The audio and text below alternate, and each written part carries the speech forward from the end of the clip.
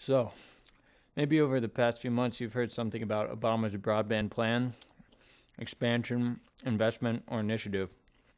If you already know what it's about, then good for you. But for the rest of us, I'm going to explain what it's about, how it works, and what a tall order it really is to bring broadband internet to every house in the country. First off, there's this thing. It's called broadband, and it's the fastest form of internet out there. Broadband allows its subscribers access to online information at much faster speeds than other services, allowing the ability to download and upload larger files, view streaming videos, and all in all just save a lot of time. So what's the big problem? I mean, the US is the largest contributor to the internet, and broadband first took hold here, right? So we must be the number one service provider of broadband. Well, no, not really. In fact, we don't even make the top 10. On March 2nd, the UN's International Telecommunications Unit completed a survey which pinned the US 17th out of 154 in broadband availability in relation to its population. Yeah, 17th. So why so low? AT&T claims to reach 85% of the population with a broadband connection, but that doesn't mean that this 85% subscribes to broadband. Basically, it just means that there's wires in the ground. So how do we get these people living around the connections to sign up? And more importantly, what about the other 15% AT&T and other major service providers don't reach? Okay, so let's step back. I'm going to give you a rundown of Obama's broadband initiative. First, he wants to redefine the definition of broadband.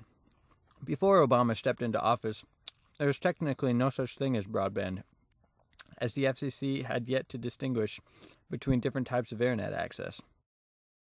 And as originally, an entire zip code was said to be serviced if there was but one subscriber in that zip code.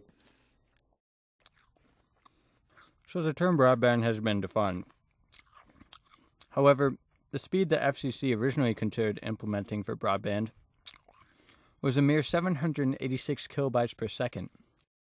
This speed wouldn't even be fast enough to view streaming video, and would be woefully inferior to other countries like Japan, whose average speeds are about 63 megabytes per second. This seems unacceptable in terms of what Obama originally had in mind. And the Information Technology and Innovation Foundation is currently trying to work out a delivery of broadband service that would be closer to 10 to 50 megabytes per second.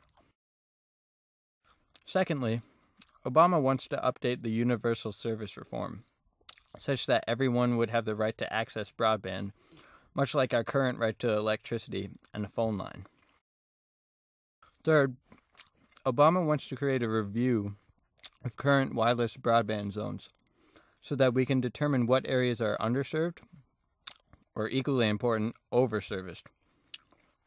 In this way, the administration hopes to discontinue wasted airwaves and utilize the money saved elsewhere. Along with these new standards in the commercial spectrum, Obama hopes to free up some new airwaves that have come about from the switch to digital television. Not only are they seeking affordable ways to implement this strategy, but they are equally concerned with providing a service that prioritizes privacy and cybersecurity.